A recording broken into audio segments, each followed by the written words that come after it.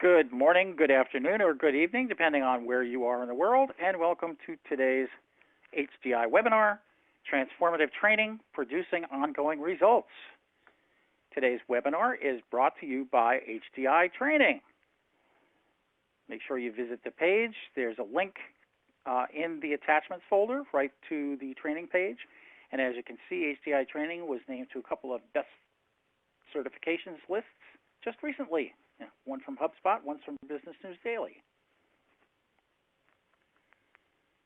You can connect with HDI on Twitter, on Facebook, on LinkedIn, and on our community site, HDI Connect. And subscribe to our podcast on iTunes or SoundCloud. HDI, smarter service, better business. I'm Roy Atkinson, your moderator and one of the speakers today.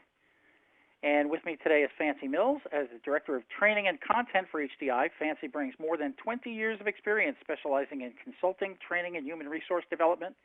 Her main area of focus has been working with service and support centers and contact centers across various industries to optimize their performance. As an ICMI and HDI business associate, she certified thousands of service and support professionals, managers, directors, analysts, agents, and technicians, and corporate trainers around the world in virtual and classroom environments. In addition to training, she has developed and facilitated customized curriculum and training and consulted for Fortune 500 companies in the areas of customer service, customer experience, quality management, workforce management, presentation, communication, and time management skills. So I think she might have a little bit in her background that will allow her to speak well on the subject of training. Welcome, Fancy. Thank you, Roy. Glad to be here. We just have a few housekeeping announcements before we begin. If you're experiencing any technical problems, refresh your browser. It works wonders. You can participate in the Q&A session by asking questions at any time during the webcast, and they'll be answered during the Q&A session toward the end of the webcast as time permits. You can download the slides from today's presentation, and I highly recommend that, by opening the Attachments tab on your BrightTalk screen. Be sure to check out the links you'll find there as well. There will be audience polls, and you can respond in the Vote tab on the presentation window. Today's webinar will be available on demand shortly after the completion of this live webcast, and you'll receive a reminder email of that probably in the morning, but perhaps later today. The slides will advance automatically for you throughout the event. If they stop doing that, it's time to refresh your browser, okay? So we're going to start today off with a poll, and it's a very simple one. We want to find out where your organization stands in terms of training right now. So I'm going to launch this poll, and the question is, what is your organization's current training status? We don't do any formal training is one choice. We do some training but need more. We have a very tight budget for training. We have trouble convincing senior management that training is a good idea. So pick one of those, and I'll read the numbers off when the voting is complete. What is your organization's current training status? Roy, is there an all of the above? Actually, so far as the votes are coming in, it looks like that, so we'll see.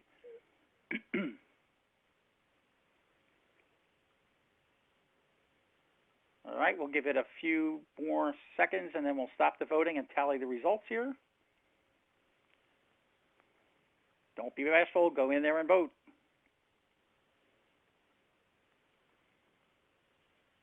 All right, I'm going to go ahead and stop the voting, and we'll let the numbers tally, and I'll tell you what we've got.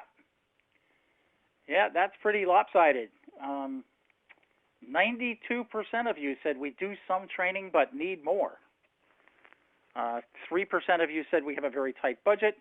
3% of you said we have trouble convincing senior management training is a good idea. So the biggest thing is right now is that you're not getting as much training as you would like. Okay. We'll have another poll later on. Yeah, what I think is interesting about this, Roy, is, you know, you and I both being in the industry, and I'm sure a lot of our audience for many years. We won't talk about how many years, but it's sort of hopeful. I don't know if that's the right word, but it's great to see we're doing training, but we need more, because I think, you know, I've seen in my career I think years ago people would have answered, we don't do any formal training, or we have trouble convincing senior management that that's a good idea. And I think kind of keeping along with this transformational theme, we've really transformed as an industry with the importance of content management and knowledge management. So I think this poll is really good to see. We always want more training. I don't think we can ever have enough training. So I think this is interesting to note those numbers and how we've transformed as an industry with the value and the time investment that we're placing on training as well. Yeah, that's a great point. And we're going to delve a little bit. I'm going to do some numbers for you because that's pretty much what I do as a writer and analyst at HDI and ICMI. And we're going to delve into what people are getting trained on and how much and that kind of thing. So we're going to look at the stats and why they matter, top service and support challenges, and then we're going to talk about the transformational learning process itself. And Fancy has some great material on that. So stay with us, and we'll enlighten you. So this is from our annual reporting, industry reporting, which you can get on HDI Connect. You just need to register. There's no money involved. You can get access to all our research on HDI Connect if you register. And this is the turnover level looking back to when our reports first became digital in 2011. Our reports go back much farther than that, but these are the ones that are electronically available. And as you can see, the turnover level has been drifting up with the exception of 2018, and we're not sure why it was lower in 2018. It may be an anomaly. It may be something else going on. And this year was quite a little bit higher, at 16% at level 1, and that's the folks who were leaving the company. There are 3 different turnover levels that we measure: who left the company, who stayed in the company but left the support organization, and who stayed in the support organization but moved to a different position. So this is the people who left the company, so they're gone. And this is an issue that I will talk about as we go along here. Turnover is a problem, and not just because people are leaving, but also because that means the work is getting backfilled by other people. It means that there's money being spent to search for new candidates. Sometimes it takes multiples of an annual salary to find a candidate who's suitable for the job. So turnover is an issue. And we also know from previous research, we did a research study called the War for Talent a few years ago, and that pointed out the fact that one of the big reasons that people gravitate toward a particular organization is that they have opportunities to learn and grow. And so training plays right into this. So what are the training topic areas that organizations are currently studying and doing? And so this is really important, I think, for everybody to understand some of the areas. And you can see the different colors on this graph. And the blue is the analyst and technician level. The team leads are orange. The managers are gray. And the directors are in yellow. So you can see the different percentages of organizations that train on the different topics. And generally speaking, the frontline folks are getting communication skills, customer service, troubleshooting is a big one, problem-solving skills, all those types of things that play right into serving the customer, right? And you can look at this if you at your leisure if you want to download that PDF of this presentation. But you can see how the topics change as the positions change, the width or narrowness of the bars in the various areas. For example, project management is almost negligible at the analyst or technician level, but is quite substantial at the manager level. So you could get an idea of how training is important across all the levels, not just at the front line, but you can also look at the topics that people are training on across the industry. And this is from a sample of about 1,000 different organizations, a little bit short of 1,000. So by all means, take a look at that. It's very interesting to see what folks are doing. And then just for the front line for new hires at the front line, customer service skills, of course, that makes sense to be the biggest bar there. About a quarter of organizations emphasize that. Tech used by customers is important, and tech used to provide support. So the tools that are used at the service desk or in the support center or by desktop support to provide the support out to their customers, the diagnostic tools and the repair tools and the imaging tools, all of that kind of thing that are used for support. Those others are really the big three, but there are several others there as well. As you can see, business introduction simply means for a new hire to come into an organization and begin to understand really how that organization does business and what the business really does. It takes a while to do that. We're going to talk about time to proficiency as well.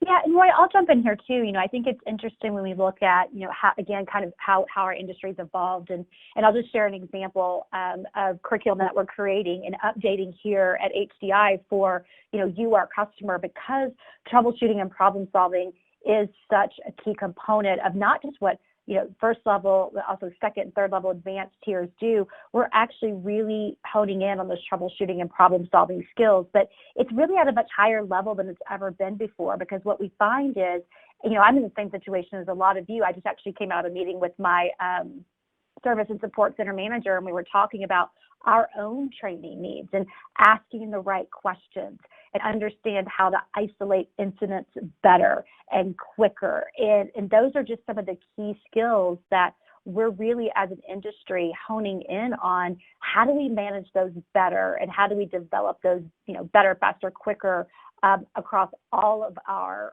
tiers and levels, which is really important. So I just wanted to throw that in there, because I think when we see, customer service skills and communication skills, it's what we call an evergreen topic. But when you really look at the business acumen and the knowledge management and the problem solving and troubleshooting, those are the real skills that we're seeing that as an organization for HDI internally we're focusing on, but we're also bringing those training areas to you, our customers, as well.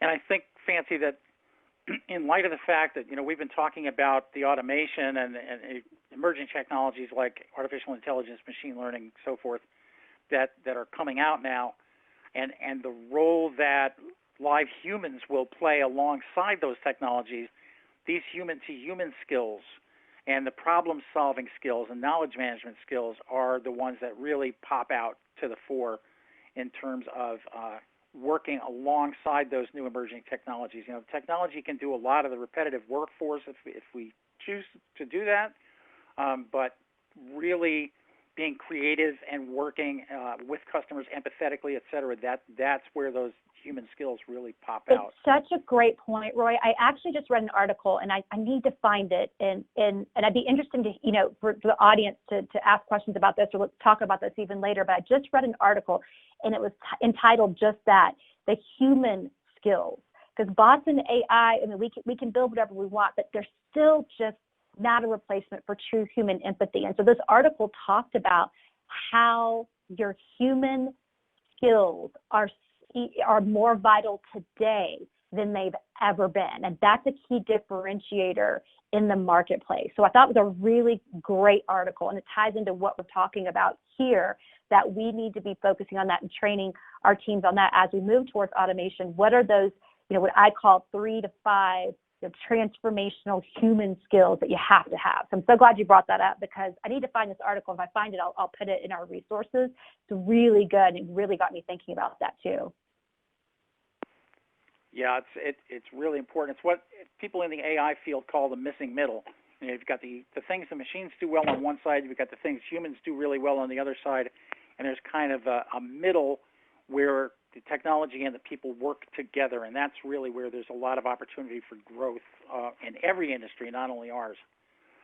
All right, so how long does it take for frontline hires to get proficient? And by that we mean they're able to get the job done by themselves, not directly supervised and guided, although there's always coaching, there's always supervision.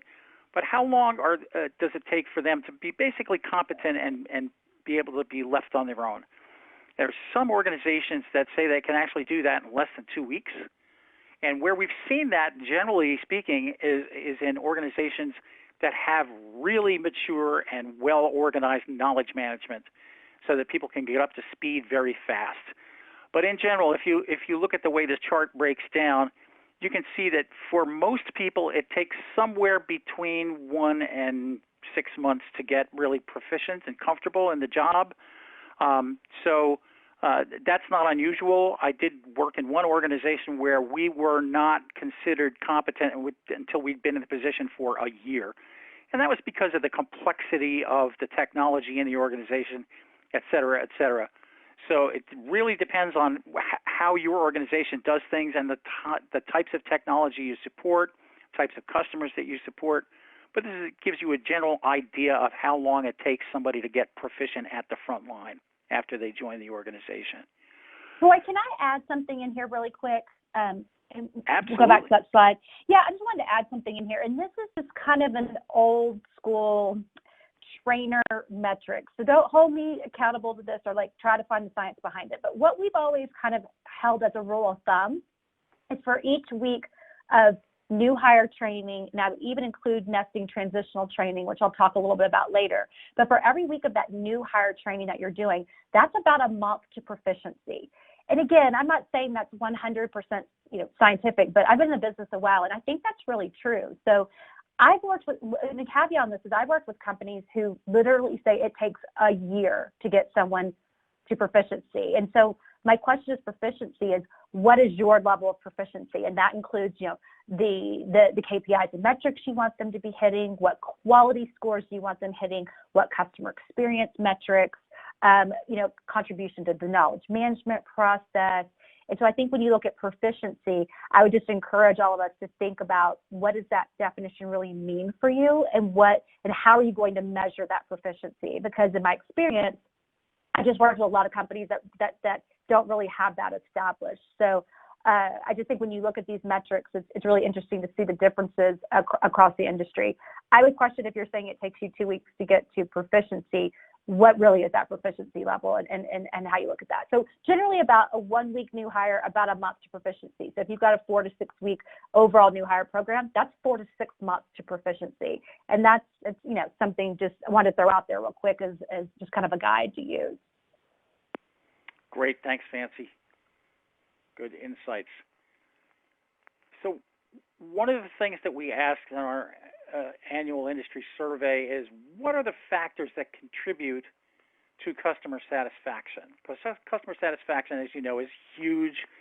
It really shines a light on the support center. And so what are the biggest factors that have to do with increased customer satisfaction? And I will highlight for you the biggest one, just in case you missed it being the biggest one, which is staff competency and training. That is the biggest mover of customer satisfaction according to those 1,000 organizations that took our survey. Availability of support is a big one, and you can read these for yourselves. But I really wanted to highlight the fact that the competency of the staff is huge, and you know this from having interactions with different organizations. When that person who handles your issue, question, problem, whatever it is comfortable with what they're doing and does the right thing and gets it right the first time, you feel comfortable, you feel more satisfied as a customer. So it makes perfect sense, but I thought it was interesting in how that feeds into today's topic, that training is such a big deal to do with customer satisfaction. Fancy, I'm going to hand it over to you to talk about the training itself, and we'll have some further discussions as we go.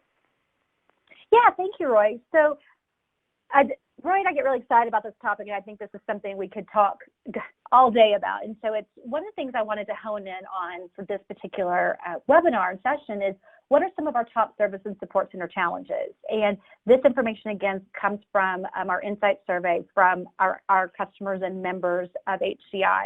And when Roy and I were preparing for this, I pulled this out to show us again. And I think we showed this at our conference, and we used this information a lot. But what really hit me and struck me when we were preparing for this is when you look at our top 10 challenges, look how many of these, and they're sort of bolded here. Look at number 1.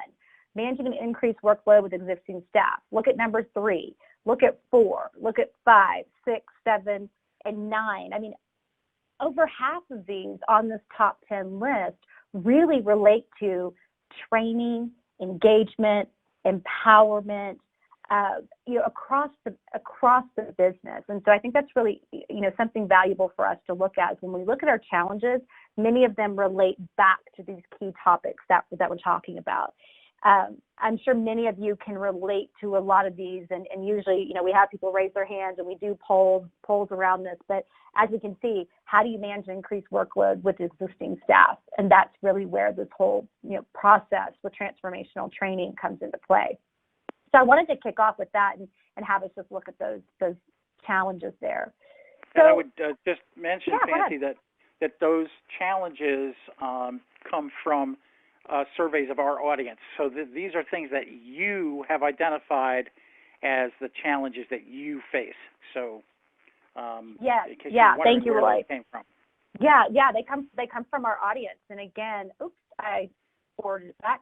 Yeah, and I think that's really key to understand these are our challenges. And these are very consistent. I mean, we're teaching classes at HDI, I would say almost every single day. We've got 5 running today, and this is what we consistently hear from our customers. And so it's really important to hone in on these and think about, the challenge for after the session is think about which one of these do I need to focus on, and how can my transformational training process work for that?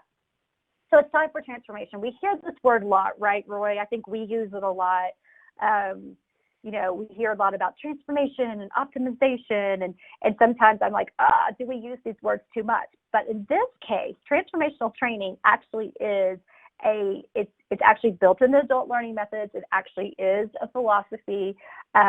It actually is the title of it. So transformational learning is really, and I simplified the process for us here, it's really about moving a learner from one state.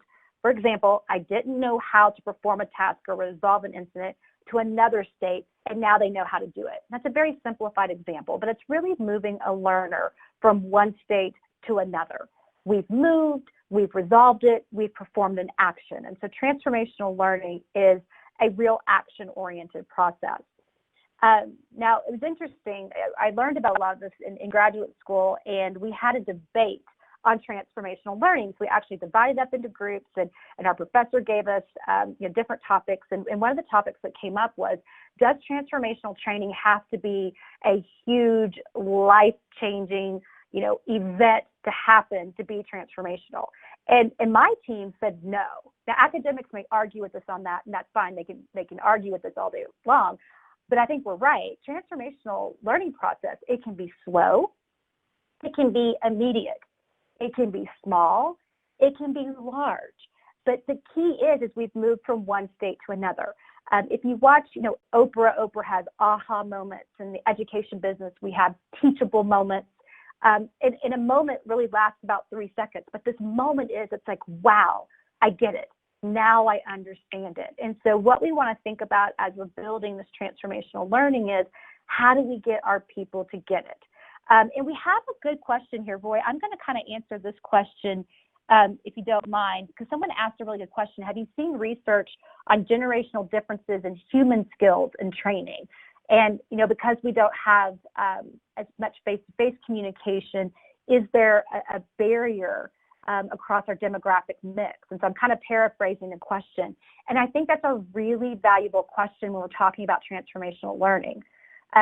The challenge that we have now as leaders in our industry and coaching and training and mentoring is we now have this generational mix of employees. And I've actually written quite a bit on this topic and spoken quite a bit on this topic because we're seeing this and how this is impacting our world. So to answer this question, which I think is really tying in here, is there are generational differences, and that's something you have to keep in mind when you're creating transformational learning. Roy and I come from different generations. We don't have to talk about which generation, even though I'm Gen X, and that's the best, generation that's out there. Roy, I'm waiting for you to respond. But Boomer. When you look at the generational differences, there's a lot of hype and there's a lot of stereotypes and there's a lot of stuff out there. But the key thing that I always try to impart to my audiences and students is, don't get bogged down in the hype, but you want to focus on individual learners and how they learn best. There are different learning styles, which academics will debunk. Learning styles are still valid. Some of us need to read, and we're more, read. Some of us need to write. Some of us need to see it. Some of us need to discuss. And how you're building your training plans and programs, we want them to be really effective. We really need to start asking, how do people learn best? A quick example of that is we have virtual training for HCI, which is a live instructor. We use our Adobe Connect platform. And then we also have face-to-face training. Some students learn better and they want that instructor face-to-face.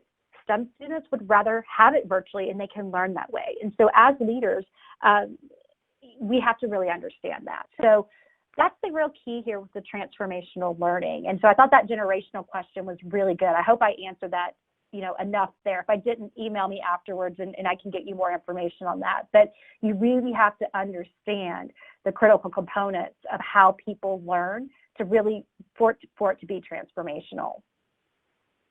So the transformational learning process is really pioneered by Dr. Jack Mesereau. So it's been around for a while. And when you look at this, it really has 4 key components to it: experience, critical reflection, reflective discourse, and action. So this is kind of the academic piece of it. But when we look to break it down, you can break down all of these key areas. So one of the things I want us to think about when we're in the learning process with our teams is experience. What experience levels does the learner have? So this is where the process really starts to begin. We need to do baselining. If I'm going to send Roy to training, oftentimes we just say, hey, Roy, go to training. But we need to baseline. What does Roy know already? What do we need Roy to learn? What's that gap? And what experience level do we need to look at? So this is important as we're walking through our 4 phases of training and when we're starting in this training process. We also need to look at critical reflection. And we need to look at, what's the premise of what we want them to learn. It's kind of similar to problem solving. How do we reflect on the content of, are we sending Roy to training because there's a problem and there's a situation, or there's a skills gap or a knowledge gap? And how are we going to reflect on this, and how are we going to build out, along with experience, that gap of what we want them to learn as well? You also want to start thinking about the next phase of this. You also want to start looking at action. Let me make sure this is forwarding here. I am here. Okay. Is it moving? Yeah. Yeah. Okay. Mine's not moving. I think you went 1 too far, so I'm getting let me go back. Okay. 3 and 4, okay? Okay. There we go. 3 and 4. Sorry, guys.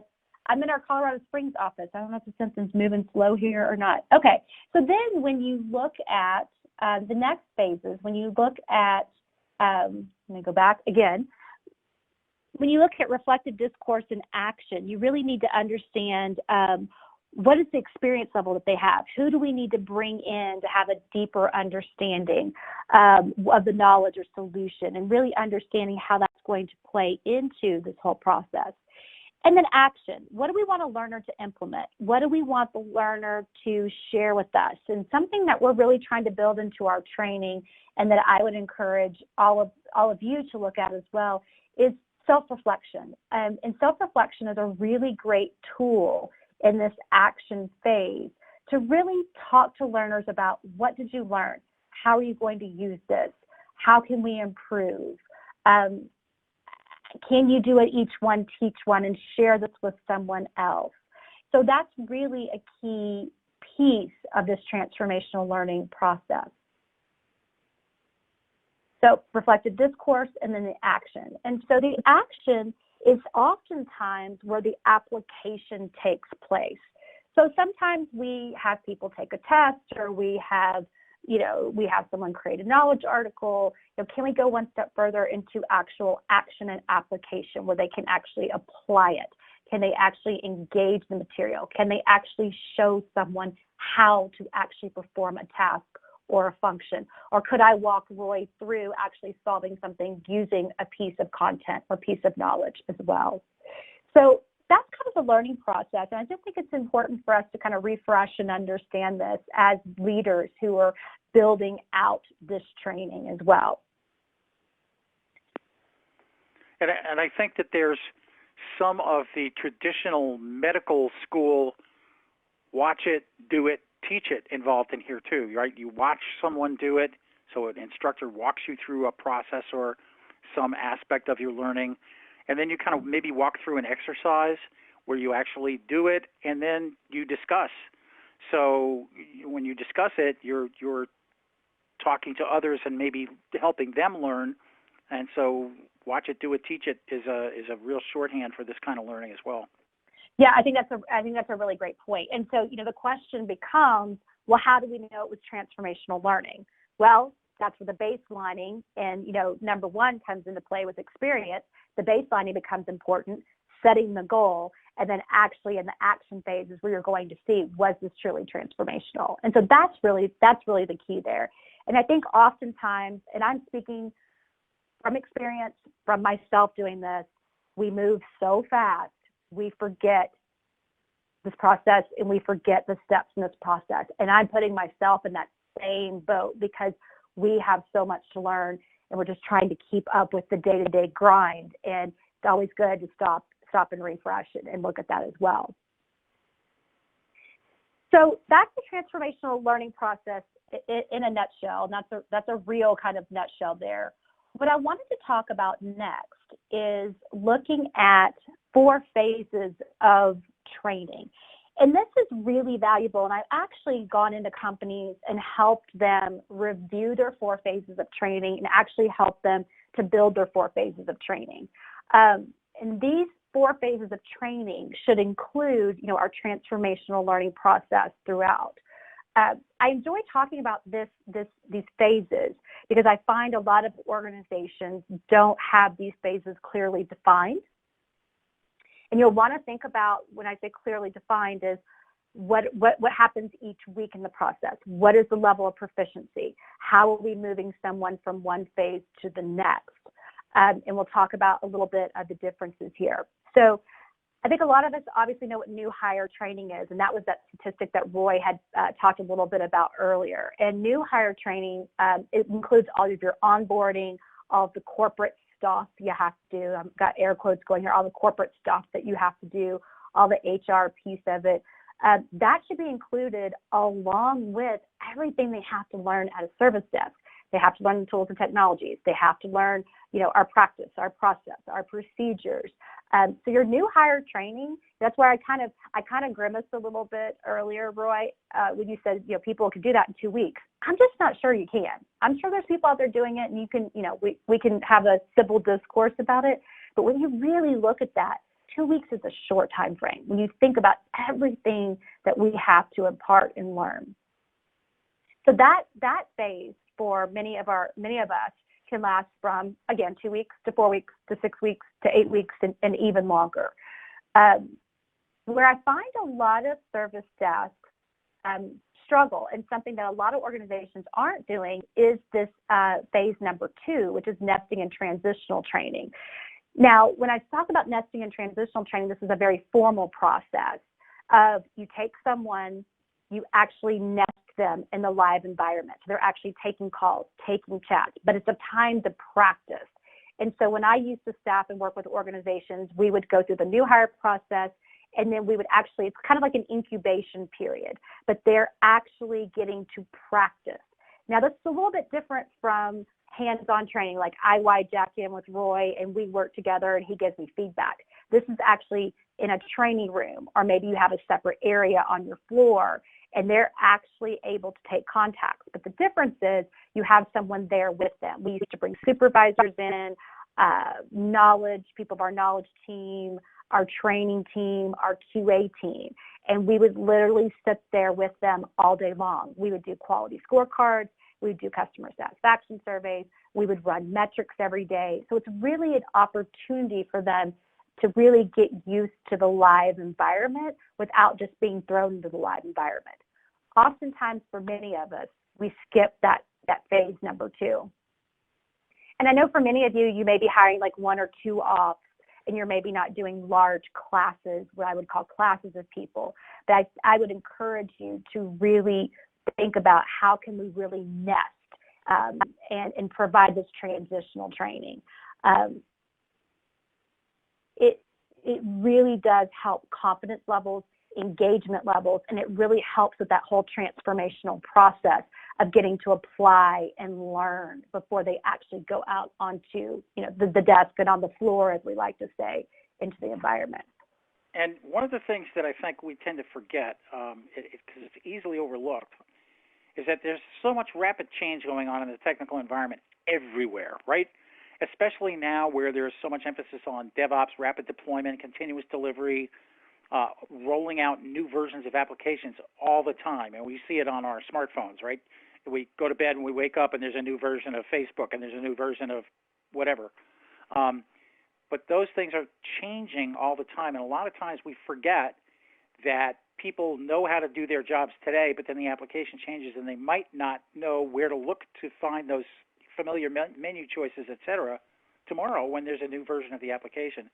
And so ongoing learning, and it doesn't have to be formal training, sit down in a classroom, but make sure that people are grasping the changes that are taking place in their environment as time goes on. That's a really good point, Roy. And one of the things that we used to say in nesting and transitional training is, man, I can't teach someone everything they need to know in nesting and transitional training. So some of you may be wondering, how long do you nest and do transitional training? I've worked with companies that nest new hires for 1 week, maybe 2 weeks, maybe 3 weeks.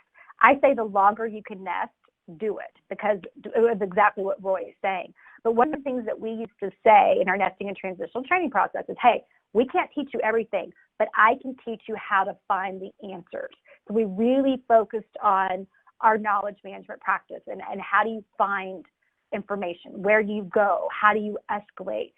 Really honing in on, so when they got to the floor, if they got into a situation and they didn't know how to resolve this incident or answer this question, they knew where to go. And that's transformational in itself, is having that confidence level and understanding key processes of where to go, how do I get help.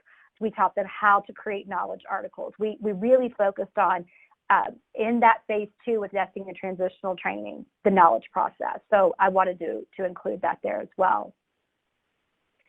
Phase 3 is called up training. And some of us may not use that term up training. When we talk about up training, that is anything new. So as Roy said, things are changing. So a new process, new procedure, you're implementing a new version or a new product, or you have a new customer coming on board. Anything that is new is up training. And this is where, again, I see a lot of organizations really struggle in, how do I produce up training really quickly? Because that's where everyone has to learn. And that's part of what we teach in our classes is really how do you build up training on a consistent basis. I had one manager, I'll share this with you because I thought this was really cool. He said, here's what we do for up training. Let's say we have a new process change. We write up an FAQ on the process change. So we have that. We put it in our knowledge base. He said, then I would shoot a quick 3 to 5 minute video talking about the process change, answering any FAQs. We would post that, and then we would talk about it in a meeting. And so that's really using kind of blended learning techniques. And what was interesting, he said, I tried it once, and we created this video, and then we had a new process roll out, and I didn't create the video. We're moving kind of quick. I just did the FAQs. We talked about it. His team came back, and they go, where's the video?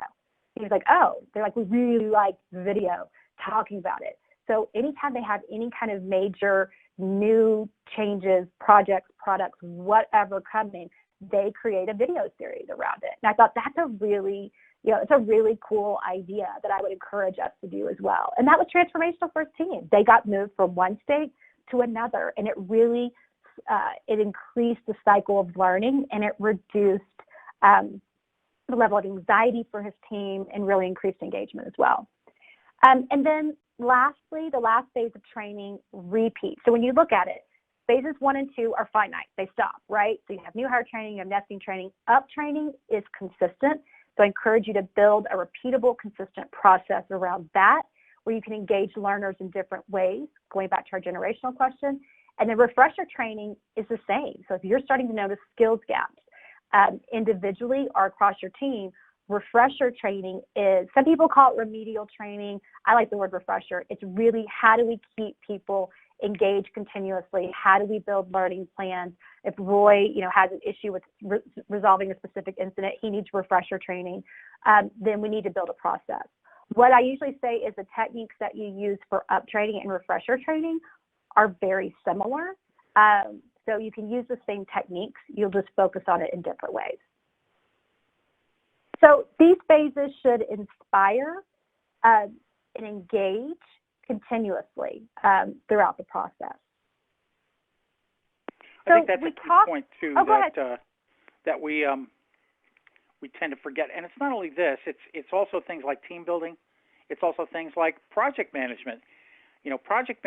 Projects are something that start and complete, but many things in our environment are not like that. They're ongoing all the time. You don't stop learning, and we don't stop training each other. We continue to do that day after day, and don't go to a team building exercise and then forget about it forever.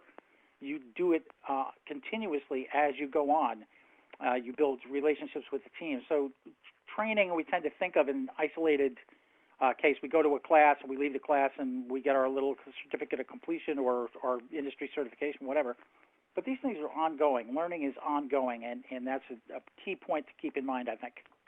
Yeah, no, it's a great point. I tell that to our customers all the time. Those that are taking our certification classes, what's next? Just because you get a certification, now how are you going to go back and implement this? And I think that's really important. And I think that's where the 4 phases of training and transformational are really about empowering us. And so the last part of this, and I'll cover this, kind of at a high level, there's a lot out there about satisfaction. There's a lot out there about engagement. But something that we're starting to talk more and more about, too, is empowerment.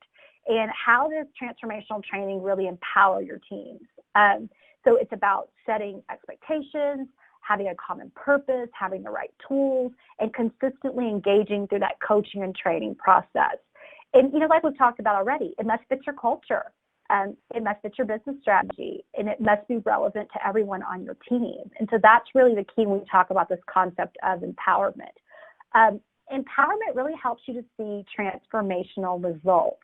And this is taken from a presentation I did recently where you really have to think about how does our internal service quality impact ultimately revenue growth, profitability, but also the customer experience. And it was really interesting, Roy, I'm thinking back to that statistic you showed a little bit earlier. What was it, 65% of customers said that the analyst's knowledge and proficiency impacted their customer satisfaction. This slide really shows the link and the chain here of how empowering through training really helps to produce those transformational results. So I just thought this was an interesting profitability at the end of the line there, right, Sancy? That profitability is what businesses want, and this shows a good link between the training and the profitability. Sometimes training gets turned down budget-wise because people can't demonstrate the return on investment, but there it is. Yeah, I agree with you. And I'll tell you, conducting a return on investment for training is not easy. It can be done, and there's ways to go about that. If you want more information, email me, and I can help you through that because we've built these models. But you're exactly right. And maybe if you're a nonprofit, maybe revenue growth and profitability isn't your end game. But man, I bet customer loyalty is. I bet customer experience is. And so, how does all of this? And it's just a really key component of it that I think sometimes we really have to build that business case for. So empowerment, we have several challenges to empowerment. And you can see here apathy, processes, technology, metrics, and look what's up here. One of our key challenges to empowerment is training. And so some of these things that we've talked about in this session really kind of focus and highlight on that. So this you could take after this session. And again, you have a copy of this presentation already in the attachments and links. So you can download this. This could be something you could use as kind of a self-assessment. Where do we have our challenges to empowerment? And so these are some key areas. What did you say earlier, Roy? About apathy, your joke about apathy? I would care. What was it? I would care about apathy? I don't know, and I don't care. Yeah. I don't know about apathy, and I don't care. But I tell you what, apathy can lead to that turnover that Roy talked about a little bit earlier. It leads to disengagement. It leads to, again, a lot of key areas here. So challenges to empowerment. Roy, we have a polling question, don't we, here? We indeed do. I will show that to the audience, and they can vote. So I'm starting the voting, and what is your biggest empowerment challenge? And there are the selections right in front of you: apathy, processes, technology, metrics, and training. So we'll gather your votes, and then we'll let you know what you think about empowerment challenges. This one should be interesting. I have a feeling this one's going to be a little bit more, what's the word I'm looking for? Spread out across these, but maybe not. So vote, please. We're running low on time here. So what do you think the biggest challenge is? I see apathy. Anybody else have any other votes? Apparently they don't care. Just kidding.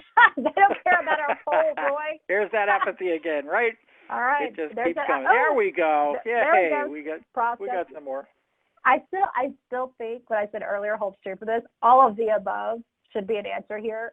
I will share with you whenever I've run this in different sessions or talked to customers about it. I really do see this all across the board, Roy. I really haven't seen. I'm seeing processes here. We see processes. We see apathy, technology, metrics. Metrics just got a vote. So as I predicted, Roy, we see it kind of all across the board. What you could go back from the session and do is talk to your teams about this. Talk about the concept of empowerment. Talk about what are our challenges. Do a self-assessment and really think about what are some ways that we can start to empower our teams. So processes was number one with 44%, then apathy at 31%, and then training. So that's interesting to see, Roy. Training was 13%. I thought training might be a little bit higher. But again, I'm glad to see that. I'm glad to see that. So what are some solutions to our empowerment challenges? Again, tying empowerment into this whole transformational process here. Again, these are just some solutions that you can look at. We put a couple of quick ones up here for training. Allow agents and analysts and supervisors and leads and everyone, whatever you call them, to create knowledge and training content. Involve them in this process. Involve them in the four phases of training. Involve them in being transformational in their own experience. And then, quality reviews and quality monitoring, and making sure that you're doing some peer monitoring and self-monitoring. I don't know if a lot of you are doing that or not, but that's a really great way to get your teams involved. Have them monitor themselves. Have them work with other peers and do some monitoring there as well. So kind of a quick hit on different solutions. I just wanted to introduce you to this concept of empowerment because I think it's really, it's something that you're going to be hearing more about and really some concrete ways to really think about how to empower our teams too. And empowerment, it should be noted, doesn't necessarily mean just taking the gloves off and do whatever you want. I mean, sometimes that gets confused, and managers get a little afraid of empowering because they think that it means that, everybody does it whatever they want. That's not the case. No, it's not loss of control. It's actually just the opposite. I think that's a really valuable point. I just did a session on this at one of our events, and it was really high. I mean, people were really interested in this. We had really good discussions, and I think this is something to bring back to your team. To be truly transformational, you've got to focus on how to empower not only yourselves as leaders, but also empower your team members. And these are the biggest challenges, and these are just some quick hits on solutions here. Yeah, and it's of course, you know me, Fancy, I'm a language nut, and it is empowerment, which means the power is coming from someplace. And so it's the power that you get from, the organization or from the management or from wherever that you draw that power. It's not just power in a vacuum. It's power within the guardrails that your organization sets up for you. No, I think it's a good point. And someone just chatted in, I would like to add an empowerment challenge, culture. I could not agree more. And maybe I'll change this to add culture on there because I think it's a really good point. Culture can be probably one of your biggest challenges for a lot of us in building that culture. I find that often too, like with coaching, that changing the coaching culture becomes really important too. So I think that's a good point. Thank you for who shared that because I think that's great. All right, Rory, we have a couple of other questions. Do we want to tackle a couple of these other ones? So if you have any questions, go ahead and chat those now. We've got a little bit of time to answer those. We do indeed. So let's just summarize quickly. As I mentioned at the top of the webcast, turnover is up. A likely factor is in employee satisfaction is an opportunity to learn and grow. So remember that. Offering training and conducting training can help you reduce turnover and keep your employees happier. Turnover is expensive, all right? Training is critical in times of rapid change. We talked about that. Staff training is important to customer satisfaction, as we discussed. Transformational learning is ongoing, as we made that point a couple of times. And engagement throughout the process is key. You know, people want to be engaged. They really do. They want to do a good job. They want to be challenged and interested when they come to work. As we said, apathy is a killer, and a lot of times apathy develops when people are bored. So challenge your folks and keep them interested. So let's move on to the questions. Good questions today. What do you conclude when seeing 6% training on knowledge management and 46% weighting on knowledge management's influence on customer experience? Well, that's a great point. And Fancy, you may want to talk about that a little bit, but one of the things that I would suggest is that you go into HDI Connect, go to the Research and Resources section, and download a report that we issued just a few weeks ago called User-Facing Knowledge and the State of User-Facing Knowledge and Knowledge Management in 2019. You might want to grab that. There's a pretty exhaustive study on knowledge management and what organizations are doing about it and what their challenges are. Yeah, and I guess 6% on training, does that mean, Roy, that they're seeing 6% spent on training? Or I guess I was trying to understand that question a little bit more. Okay, I think what you're asking is there's not a lot of emphasis on training, but there is a lot of on knowledge management specifically, but there is a lot of weight on knowledge management as an influencer on customer experience. So what's the deal?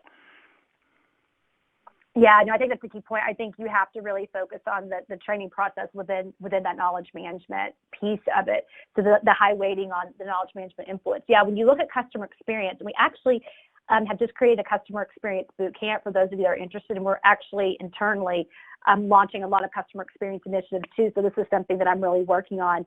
You know, I think that's a really good point. Like you have to look at what are the factors and what influence customer experience, and this is really one of them. So, you know, I conclude that you're probably off balance here. You probably want to look at, you know, your training on knowledge management as an overall process. Oftentimes I fear we train too much on how to use a knowledge base and not on the entire value of knowledge management as a whole and the entire practice, which includes the processes, resources, capability, and people. So that's just, I'll just kind of answer it that way. I see a lot of focus on oh, this is how you use a knowledge base, but not what is the entire process? How do you build? You know, for example, we talk about UFA, you know, use it, fix it, flag it, add it. Are they being trained on that? Are they being trained on how to properly create knowledge? What is their role as a knowledge contributor? So I think that that's probably just a little bit out of balance, and it would just be a really understanding where those gaps are there as well. And it's a really good question. And looking at that particular study that I mentioned, and I did a little further analysis on some of the numbers, and one of the things that I looked into was the influence of using a full-blown knowledge methodology as opposed to just using whatever is built into your tool or, you know, whatever we use at work, and just learning how to use the knowledge base, as you said, Fancy, but really understanding a methodology of knowledge management. And what I found is that the organizations that actually use a knowledge methodology are much more satisfied with the success of their knowledge management program than organizations who don't use a particular methodology. So that's worth understanding, that knowing what knowledge management is all about and how to do it is more important than knowing how to use a specific tool. You know, just in terms of the organization's success. So good points there. I agree. And then there's another good question we have here too. How are organizations preparing training for the clients and not the technicians? Building a strong KCS presence is great, but are organizations doing more than publishing knowledge articles? What are some examples of how organizations educate the client to avoid cases to the service desk? Roy, you want to take that one first? Do you have any ideas from what we're seeing on research or what you're hearing? Yeah, sure. One of the things that also is present in that study we did on user-facing knowledge and knowledge management is what areas of the organization consume knowledge and which areas of the organization produce knowledge.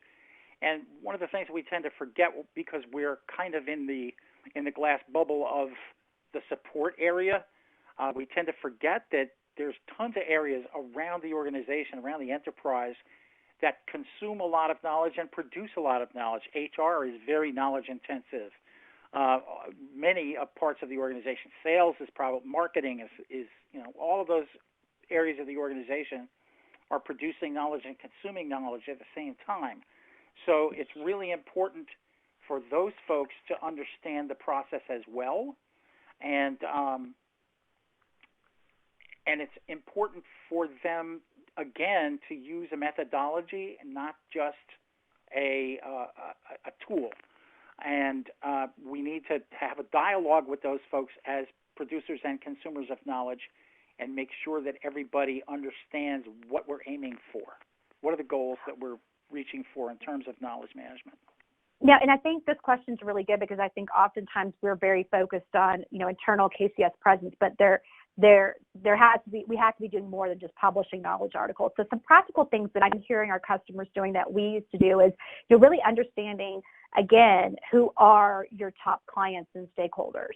And some ideas are having liaisons to those specific groups. Do you have people that are there in their meetings that are constantly touching base with them to find out what are their top issues, what are their top initiatives, what are the top projects that are coming that are going to be driving questions and issues to the service desk so we can be proactive.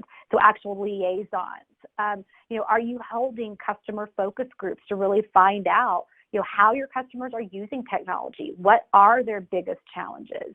Having, again, an entire initiative around, really the voice of the customer and understanding how your customers are using technology and what you need to educate them on. I think one of the biggest mistakes we make, and I think Roy, you'll agree with this, is we think we know what our customers need, but we don't get out and ask our customers, what do they really need?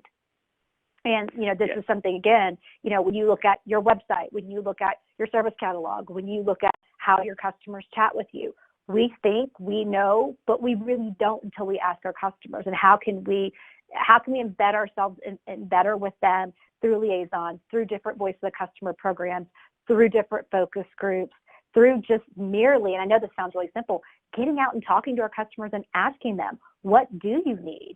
Publishing knowledge articles is great, but we all know that customers may or may not use those. But when we can tailor it towards them and really build those programs with the voice of the customer included, I think that's the most beneficial thing we can do. Yeah, and going back to something I mentioned earlier, which is the emerging technologies, is that in a lot of cases, vendors are really building in a lot of intelligence into the knowledge management systems now so that customers can be in the context that they're working in an application, in a database, in whatever, and knowledge can be tailored to that context. And so that's very helpful to try to avoid those unnecessary calls to the service desk. So it's an interesting time to be around in the technology world for sure. Well, we're just about ready to wrap up here. So Fancy, thanks again for taking part in today's webinar. It was extremely valuable, I'm sure, to our listeners and watchers, and we hope that you take a moment to rate the webinar. If you could just do that, it's very helpful to us as we go forward. And our next webinar is going to be on August 20th on Tuesday at its regular time, 1 p.m. Eastern, 10 a.m. Pacific. And we hope you can join us for that one. Watch this space, as the saying goes, for the topic and all the information to pop up. And I will tell you that this webcast is copyright 2019 by Informa Tech. The presentation materials are owned by or copyrighted by HDI, which is solely responsible for its content, and the individual speakers are solely responsible for their content and their opinions. And on behalf of HDI, thanks for your time and have a great day. Thank you, everyone.